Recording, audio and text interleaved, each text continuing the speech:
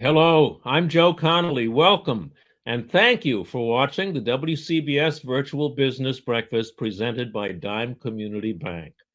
Thousands of business owners have heard specific usable ideas to grow their business from these programs, where successful business people, as you're about to hear and see, generously share their insights and advice. Today, you'll hear leading New York entrepreneur and tech investor Kevin Ryan on where he sees new growth opportunities now, and Shopify executive Cody DeBacker, who just opened Shopify's new Business Owners Networking and Training Center in Soho, and he'll give us some Shopify users' success stories that may help you increase your sales too. And we talk about the economy on these programs throughout as eagerly as some people talk about sports. But most economic reports are monthly or even quarterly. So let's start by finding out how business is right now, today, because Kevin O'Connor, Chief Executive Officer of Dime Community Bank, sees how businesses are doing every day. So, Kevin, where are we in the economy right now? Well, Joe, good morning, and thank you for having me on. It still feels reasonably positive. I mean, obviously, we've gone through very challenging times, but our footprint is across basically Montauk to Manhattan, and so we saw great opportunities on the East End through this process. The middle of the island, I think, did very well, and we are starting to see things pick up in the boroughs and in New York City. Do you think that the economy will keep growing, Kevin? Some business owners say it did slow some this summer compared to spring. I think everybody, including us, are being challenged by labor shortages, supply chain disruptions, and really inflation. Inflation, is it transitory or not, is a concern that many people have. And so we need to figure that out. Those are the big three, aren't they? Hiring, supply line problems, and inflation. What are you hearing on those? Well, on the labor, I think people are being very creative as to how they're filling positions. We ourselves, we're not fully back in the office. We are creating sort of a hybrid work environment for people.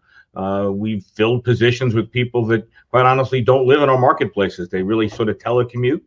On the supply chain, we have a lot of small manufacturers in our portfolio of companies. And so they are trying to figure out how to adjust if they don't have this product, how they kind of switch and do that. In some cases, they are figuring out ways that if I can't buy it, can I make it? And that's really the beauty of entrepreneurs. They usually try to figure that out. Right. It's interesting that there's talk about bringing more manufacturing and supply lines back to the United States. There was a case of that in New Jersey yesterday, and you're seeing that on Long Island and the city as well.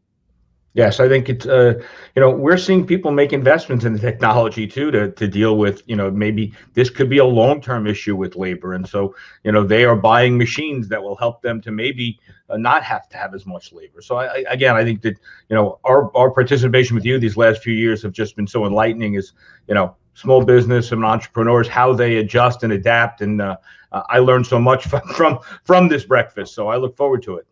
And what, just finally, have a couple of stories caught your eye as to how some of your client businesses have adapted and changed in the last year and a half? Well, I think we obviously have talked about how the restaurants have figured out how to increase their capacity, how they have been able to create a takeout out of a situation that wasn't there.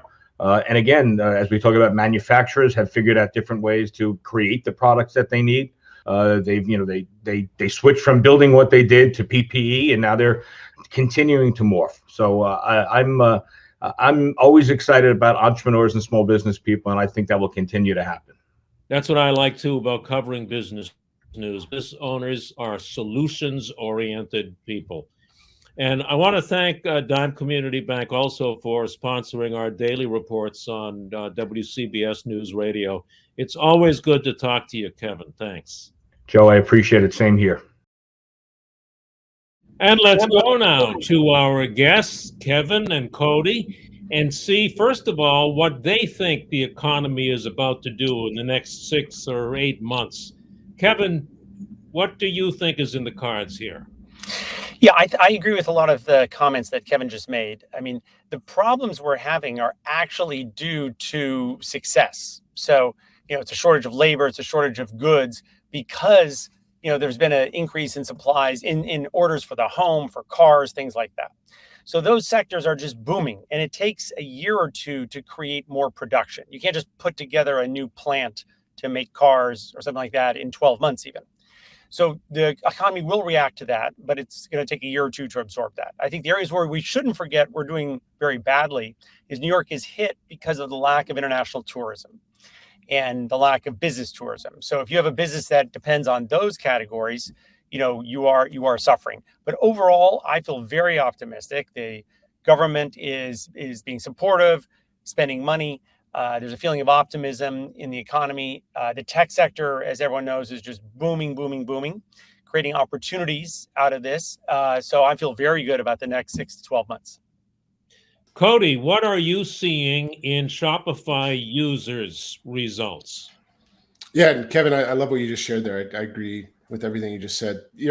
What we're seeing is that the transformative landscape of 2020 is establishing a blueprint for the future. And we really believe that we're helping create a new generation of diverse entrepreneurs. Power and commerce is traditionally limited to the few, but when it's put into the hands of many, commerce becomes a force for good. And even in a recent economic impact report that in the United States, we found that Shopify merchants contributed 166 billion in the economic activity, and through that created over 700,000 jobs. So, collectively, this just means that consumers they don't shop one way. It's all about adapting to an omni-channel experience. Yeah, we'll get into selling in some of those. Kevin, go. I say, if I can add one thing to that, which I agree, there's just an enormous amount of capital available. So it is so much easier to start a car company, a database company, an e-commerce company. There's just an enormous increase in the availability of capital, of cheap capital. And that's driving a lot of the innovation that's happening for the Shopify clients. It's the innovation that's happening throughout the venture capital industry. Every single industry is now flush with new people with new ideas, and that's really helping and giving dynamism to our entire economy. And even piggybacking off that, and Kevin, you completely nailed it on the head with that capital is readily available. The cost of starting a business, it's never been lower, right? In 2020, new store creations were off the charts. In the last year, 5.4 million businesses, they filed applications in the US alone, which is almost 2x the 15-year average of 2.8 million per year. So not only is capital readily available, but then the cost of business is lower than ever. So you have the opportunity to go and take things into your own hands and create your own business. One other thing that Kevin O'Connor mentioned is automation and even robotics. That's going to be a sector that's going to grow for the next 10 years because labor costs are going up and technology costs are going down.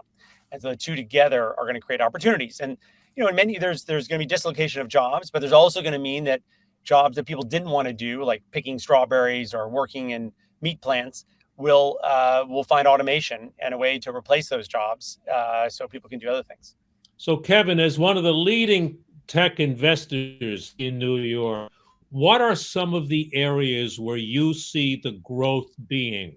What are you specifically investing in now, Kevin? Yeah.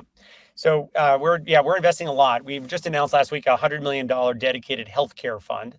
I'm seeing huge opportunities in the healthcare space. It's an enormous part of our system, but as we all know, as consumers, can be very inefficient. So whether or not you are paying for your surgery, someone's paying for that surgery, and it's extraordinarily expensive, takes a lot of time. We have bad numbers on opioid addiction. We have bad numbers on life expectancies, on suicides, and all these are medical problems in some ways.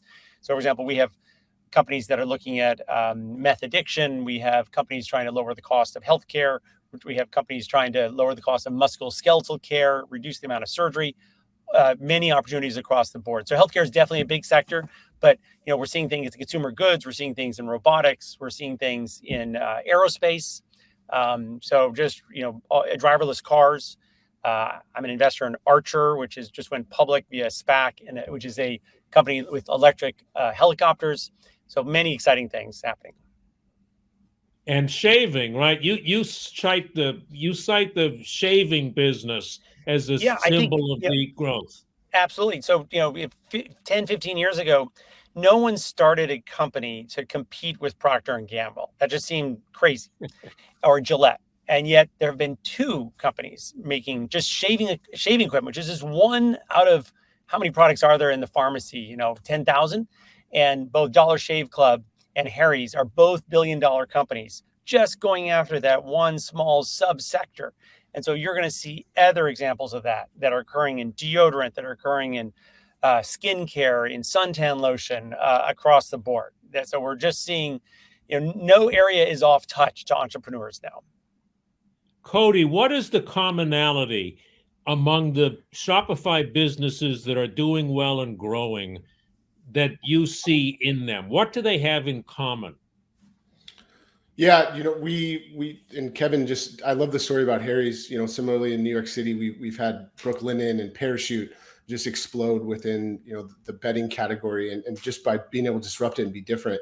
I think that brands need to go where their customers are, and they need to have flexibility in their approach for building meaningful relationships, not only online but mobile and social, and with the right technology partner and the right services. And we at Shopify, we consider ourselves the entrepreneurship company. We believe that you can just grow with free organic features that are available to everyone.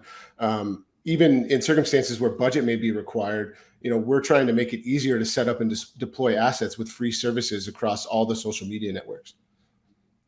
So before we bring on a very successful business owner to share his story, I'll just ask both of you, give us some specific ideas as to how small and mid-sized business owners can ride on to some of these trends. For instance, you're talking about, Kevin. Where do they get in? Yeah, I mean, I look in depending on what category you're in, whether it's food service or hospitality or something else, every time there is a trend, either going up or down, it creates opportunity. And so, if you're in theater or hotels are doing badly right now, but maybe there's room for more specialized hotels that are themed. So I see more things happening there. I'm actually launching an immersive entertainment company using that'll be open next year. There's many new things that can happen because those are going to be coming back. There's going to be a thirst for people to get together. But look, at the end of the day, you have to look at your sector. What's expensive? What I ask everyone to think about is what is expensive in your life or in your business? What's hard to get? What has poor service? And those are things where someone can do it better. Almost all ideas come out of that problem. Shopify started because every single e-commerce company had to create their own back-end infrastructure. They did it for everyone, and boom, there's an enormous company there. So those are all problems that we all knew about, and someone was smart enough to start that company and make it happen. Cody, how do business owners get in on the rising tides? I mean, we're talking to New Yorkers, right? I can tell you that we at Shopify, we literally just opened the community center for entrepreneurs in New York City. We're located in the heart of Soho. We offer free one-on-one business coaching, free workshops, free events. We have a full-scale cafe where we're featuring local coffee and food vendors and giving them the opportunity to be in front of their customers. We have a pop-up retail space that's also offering free space to be able to get in front of customers and visitors to New York City. We're working with local partners. We're working with local speakers, and really just trying to be open 5 to 6 days a week and give the power back to the merchants. We believe that anyone in the world can become an entrepreneur with the right tools, and we want to put those into the hands of the right people. Can I add one more thing? Anytime you see a trend that we've talked about, let's say hard to get workers, that means that there's room for more recruiting firms. That means there's room for more specialized markets online where I can find a construction worker or a restaurant worker or something like that. It means that there's more data available in all those areas, because underlying all this is data and systems to help people find jobs. And there's room for more automation. Every single business has got to probably figure out a way to operate with 20% fewer workers. And so depending on the industry, whether it's the car repair industry, the restaurant industry, the hotel industry, everyone's got to be thinking about that. And that's going to create opportunities for people who seize them. I think with that point too, is it's always a good time to shift and kind of refocus where your distribution and where your success is coming from. We've had countless merchants in the New York City area that were primarily wholesale before the pandemic hit. And what they realized is as their supply chains and distribution chains started to dry up, they went direct to online. And we saw people grow sometimes as big as 13 times over because they moved from wholesale to direct consumer. And now some of these customers or these merchants that were primarily wholesale only are now, they have their customers in their email every day. They're able to talk to them through social media and through, their newsletters and other various ways, in ways that they couldn't before because they were primarily only focused on the wholesale distribution market. Wow, that's interesting. Cody, the new Shopify Center looks so cool. Thank you, Do Joe. you need a reservation to go there? Can you drop in? Just tell us a little bit more about how people can take advantage of Shopify now being in Manhattan. Yeah, so you can make an appointment if you'd like, if you feel more comfortable having a time to come in. It definitely makes things a little bit easier, but if you're just in the area or you are rushed to try to get support, we do have walk-ins available every single day. We have a full-scale photo studio, as you can see here, that offers 2 hours of professional equipment and backdrops for as low as $100. We have a full-scale podcast studio that allows for you to record audio and video. I wish I was there right now because it's beautiful and the sound is amazing. I'm here at my house in Los Angeles, but if I was in New York, I would definitely be in that photo studio because, again, the ability to come in and record professional level audio and video is amazing. It looks like an Apple store, the next generation, but for business growth. Very cool. We want to bring in a growing business owner right now. His name is Marc Farrell, and he has started a wonderful, fast-growing business, 10 To One Rum. And Kevin invested in Marc's business. Marc, congratulations on all you're doing. Tell us, since 2019, what have been a few secrets to your success, Marc? Yeah, well, first of all, thanks for having me on the program, Joe. And I'd love to spend some time with you. So, I think in the last 2 years since we launched 10 To One, a number of learning experiences along the way, as would be the case with any young business or young brand. Maybe a couple of the lessons that I would cite would be, one, I think kind of reinforcing what consumers generally seem to be ready for now, which is, at least in the consumer space, businesses and brands that have a very authentic point of view, and a unique lens and a unique story to tell. I think with 10 To One Rum, our business is not just a story of creating another premium rum brand. It's actually also finding a way to offer a more unique point of view on the culture, Caribbean culture, actually, that surrounds the business and the brand. And so I think kind of really leaning into that, really sort of trying to speak to a consumer who understands that it's more than just about product. The passion and the purpose that surround it certainly seems to be a message that has resonated. The other thing that I would say is, my mom was pointing this out to me the other day. She said, you realize that about 75% of the life of your business has been mid-COVID, March of 2020 last year, all of our lives have changed in one way or another. And I think as an emerging business, trying to sort of take some of those crucible moments and turn them into opportunities to test new approaches to engage your customer, test new channels of acquisition, different forms of storytelling, so you can hopefully come out of the other side of this with new learnings, new channels, new approaches. I think it's something that we've been fortunate to lean into quite heavily and see some great results with. How did you find new avenues of acquisition? That's a hot topic right now. Yeah, for sure. I mean, spirits is a bit of its own beast in that you have sort of a very highly regulated 3-tier system, which I won't go into in too much detail here. But really, as a brand, you work through a distributor who works through a retailer who speaks to the end consumer. As we'd all recall, about a year ago, we were all sort of sitting at home on our couches or on our dining tables. A lot of emerging chefs and cocktail makers at home, etc. So I think thinking about that sort of digital and or e-commerce oriented channel for our business was certainly super important. You're seeing a change in the behavior of that consumer you're trying to reach. And so whereas folks would have been going to bars and restaurants pre-pandemic, they're spending a lot of time at home. We're all spending a lot of time at home, and really kind of thinking about that digital channel as almost the third leg of a stool. So typically in spirits, you'll think about the on-premise, which are bars, restaurants, hotels. You'll think about the off-premise, which are the liquor stores, for example, that you go into to secure the product. But we actually think about our business with a third and very viable channel, which is that sort of e-commerce digital pathway as well. Kevin, what were the early signs and the clues that made you invest in Marc's business? What did you see there? So I invest very early. So it was really, the business hadn't really started yet. And so it was really backing Marc. And I just found that he was incredibly compelling. I'd heard great things about him. We have some friends in common. But, this is someone who'd been to MIT, to Oxford, and to Harvard Business School, and then had a background in consumer goods, had worked at Starbucks, and was really passionate about this particular product. This was not just a product for him. It was a mission. He grew up in Trinidad, had rum his entire life. And so a big part of making this company successful is the grit that it takes in the beginning to sell that product. And so Marc went door to door, which is not glamorous. It's not what you want to be doing all day necessarily, but he closed those first 100 accounts at fantastic bars and cool restaurants in New York. And no one could have done that except for the founder, except for Marc, who did that. And now the business has expanded. Well, now there's all kinds of good indications and the business is doing great. Celebrity endorsements.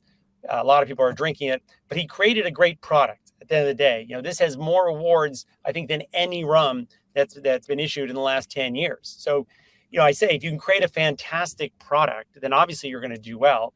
But it was a big bet on how great Marc is. But I think there's a lesson there for everybody, right? There were some commonalities there. Somebody introduced you. There was a contact. Life is like LinkedIn sometimes. Yep. He had a background in the industry, and he was working hard, and he was passionate about it. That describes almost every entrepreneur, all successful business owners. Yep, absolutely. And he just had a drive and the grit to get that done because, no one anticipated COVID. It didn't help our bar sales, but, he just pushed through it, built up a consumer business online. So you can order rum online. You can order it from various distributors. And now that this business will expand to other cities over the next couple of years and will really take off. This is going to be one of the leading rum brands in the United States. Cody, what are some of the success stories you're seeing that have caught your eye? First off, Marc, I love the branding. I've tried the rum before. Congratulations. I love the hustle. Everybody. Yeah, what a great story. And congrats, Kevin, too, for finding that partnership. I can't really steal the spotlight from what we just talked about here with Marc and Ten To One Rum. I mean, these are the success stories. I kind of nailed on it earlier, but it's taking a different approach to what is working and what's not working. We talked about earlier that it's the right time to start a business, right? It's today. It's not tomorrow. It wasn't yesterday. It's today. And the reason why it's the right time to start a business is because the cost of starting a business has never been lower. In addition to that, with ample resources at your fingertips with the right technology partner and the right partner, maybe you can find yourself a Kevin like Marc did. I think you have an opportunity to grow and expand your business in ways that we never thought possible. The fact that we have a business owner here on the show that literally went door to door and opened himself over 100 accounts, that is the success story of being an entrepreneur. And that to me is why I wake up every day and try to create these experiences to give people more tools.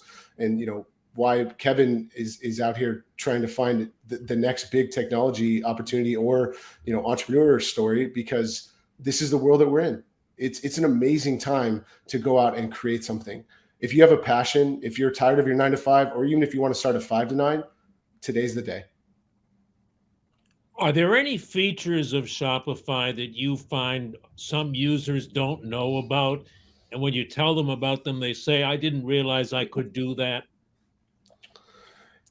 Yeah. I mean, we talked earlier about, being able to start a business and keeping costs low. It's Shopify's Facebook, Pinterest, TikTok channels, and even a lot more. They're all free, right? These are free organic features that are available to merchants. I think a lot of merchants miss the fact or maybe feel overwhelmed that it's seemingly difficult to create strong SEO or seemingly difficult to create really strong social ads. Through the Shopify dashboard, you can literally click a button and it'll allow you to, create a small budget, like paid ads, and Shopify makes it simple for a merchant to set up and deploy these ads. And that to me is where we're at again, is like the story of what Marc is talking about, the story of what Kevin is talking about is it's no longer just you have a great product. It's you have a great product and an amazing story. and your customers want to get into your world. They want to be a part of your story. And that comes through reaching to where they are. So if your customers are on TikTok and you're not advertising on TikTok, you may be missing a huge opportunity to grow, or vice versa for Pinterest or Facebook or Instagram. Cody, is that a snowboard on the wall behind you? No, these are skateboards from one of my friend's skateboard companies. Because the reason I ask is I think I've read, as an example of business growing, that Shopify started as a snowboard company. Yeah, actually, I thought Kevin was going to get into it. I think he knows the history because he kind of talked about it earlier on the show. But yeah, Toby Luque, the founder of Shopify, was successfully selling snowboards. And then when summer hit and it's a little bit more difficult to get in front of people and go sell snowboards, he wanted to go online. Unfortunately, there weren't really many opportunities back then to be able to just easily start a business or easily have a technology partner to be able to sell your items online. So he made his own, and that's how we are now here at Shopify. The company was called Snow Devil, and actually, as a thank you to him, inside of Shopify New York and Shopify LA, we actually have a full scale video game system with a cool little Snow Devil game that you're able to play, and it pops up little messages like, shred or ooh, like, this business failed to, like, it's amazing. It's one of the best stories. Immersive retail there, Kevin. Exactly. There you go. Kevin knows. And Kevin, I think that one thing some people may not know about you is that you started slow and smaller, actually with a big product, but your first client, I understand, was Dilbert, the comic strip. You put them online? Yeah. So, my introduction to the internet was in 94, 95. I was working for a media company, and we built a website and put the Dilbert comic strip online. It was very, very successful at the time. And so that at the beginning of 96, I decided that the internet was going to be the single biggest fundamental change on business in my lifetime. And so I wanted to go do that full time. And so it definitely altered my career. There wasn't much more I could do at the existing media company. So went over and found DoubleClick, which had just started, had 10 people. And 4 years later, this was in 1996, 4 years later, we had 2,000 employees in 25 countries. Took the company public, was worth $13 billion. This all started when I was 32. So it was a crazy, crazy run and a big, an important part of my early career. All right. Let's get some specific questions from listeners answered now. Here's producer Neil A. Caruso with some of the questions coming in. Neil? Joe, we've had a lot, and Cody, this one's directed for you. We've had several business owners reach out to us saying they've been using Shopify during the pandemic and really to sell directly to consumers, as you mentioned, on social media, Facebook and Instagram specifically. What are the types of content that business owners should be using to get people to buy? Great question, Neil, and welcome. Thank you for that amazing shout out. We believe that we're still in the early days of social commerce. So even with the incredible growth that we've seen, merchants adopting social media channels on Shopify, there's still a lot of potential to be realized.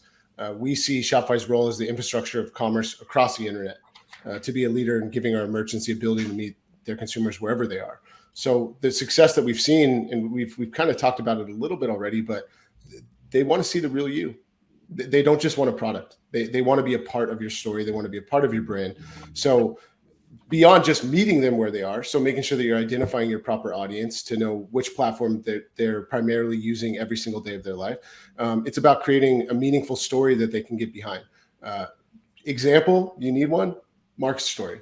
Like the rum story is incredible. The fact that someone who grew up around spirits and understood that market, but took it even further and went out and actually knocked on doors himself as a founder. That alone would be able to drive any type of business attraction that you would want it across these social media platforms. I think it's important to stress, though, to people just starting, Cody or Kevin, is that the story, the authentic story, has to be short. It can't be long and drawn out. And there's a real skill in boiling it down. And that's a skill that has to be developed. Yes, absolutely. There's sometimes when I hear a pitch for a business and we're 3 or 4 minutes into the meeting and I have no idea what they're doing. And you just can't make it that complicated. You've got to be able to summarize it. And some people do it well and some people don't. Right. One way to try that for those who are working on it is to just put a headline on it. Imagine you just walked into a room and you had to tell somebody what we do. We do this and we just landed a great new client. And then you start. But it's strange that authenticity really works, but it's not always that easy to achieve, ironically enough. Well, there's a reason that the phrase elevator pitch came up, because it had to be so short that you could tell it to someone on the way up on the elevator, right, and explain what you're doing. And you should be able to do that. You obviously won't have all the details, but just at least who you are, what the product's going to be, and why this is going to be different. At the end of the day, you want people to focus on the product. What are you building that's going to be different from what's out there? Not how you're going to sell it someday. No one cares about that. It's really all about the product. Neil, continuing. Thanks, Joe. Kevin, this one's for you. How do you find and retain workers right now, given the remote work environment? Yeah, so we're a combination. We have a group of 20 or 30 people that work for AliCorp, and we operate out of New York. We're called AliCorp because the majority of the businesses we invest in or start are in New York City. We're very New York City oriented. And the reason for that is we're so early stage that if you're building up a team in Seattle, we can't help you as much, but we can help you here quite a bit. But remote work is changing thing, and our companies are starting to hire more and more from outside, and all companies are doing this. And everyone has to be more flexible. Wages are going up. Wages in technology are going up. So this is going to create a more perfect world labor market, so that if you're a Ukrainian engineer, it's not clear why you need to make 1/4 as much as someone in New York City, because you're not 1/4 the quality. And so we're seeing that. I have a very substantial company in named Walla, based in Buenos Aires, actually. That's a mobile bank. Opened 4 years ago. It's worth $2.5 billion as of the last round of financing, just after 4 years. And their best engineers are getting offers from other companies down in Buenos Aires. I'm actually going to open an engineering office in Colombia over the next 6 months to get some lower cost engineering.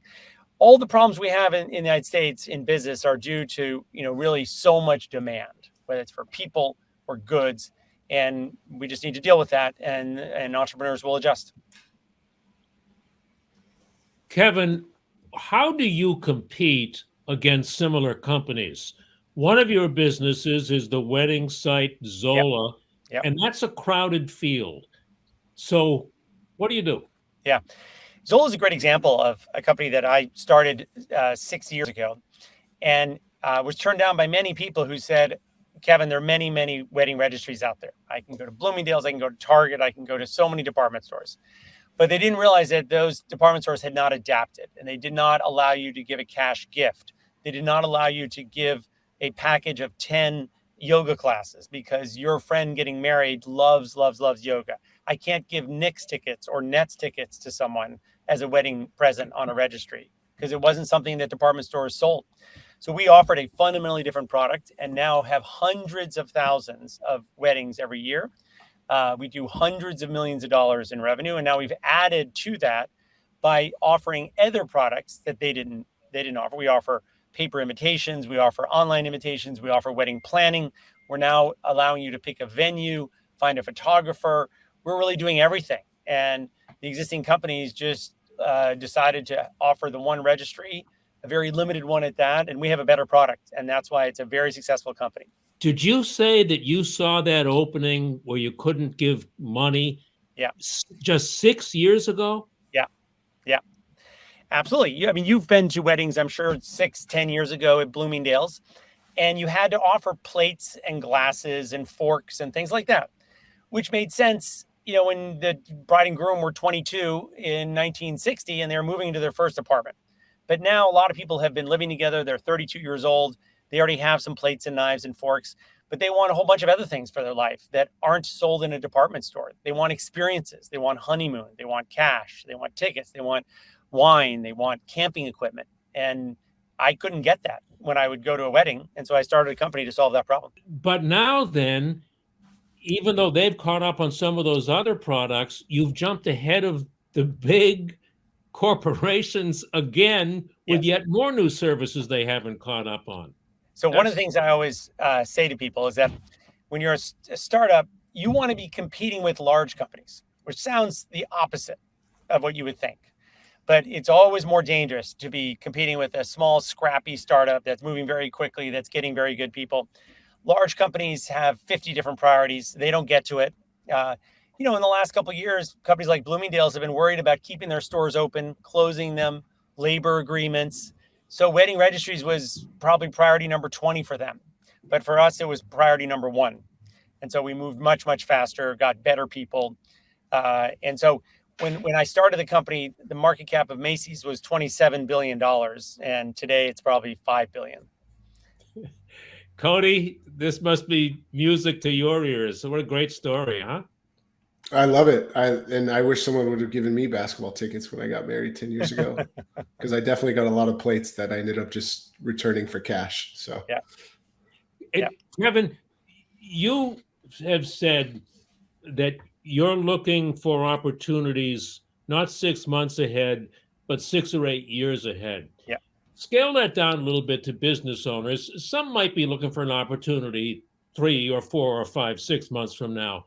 But generally, how do you tell the difference between something that's popping up and something that's going to be a longer-term trend? Yeah, the most fundamental thing we're thinking about is these trends that we want to bet on for a long time. So, COVID, I don't know that that's a trend that's going to be here in 2026, 2027 in the same way. So was there an opportunity to start a testing, small company here in New York? Absolutely. But it may or may not be a long-term trend. But there are some other trends that are long-term, fundamentally more e-commerce, cheaper financial services, better healthcare, psychedelics. I just started a company in psychedelics, which is something used for mental health, because that's a trend that I know the FDA is thinking about certifying, legalizing, getting through the approval process, but it's going to take years. And so I'm things like that I'm willing to bet will be substantial between 2025 and 2030, and it'll take me that long to build a very big company. I started Mongo 14 years ago, and today it's worth $30 billion, but it took over a decade to get there. Shopify, I don't remember what year they started, but it's a long time ago. And it took many, many years, a decade, to get to where they are today. And so those are the trends that I need to bet on.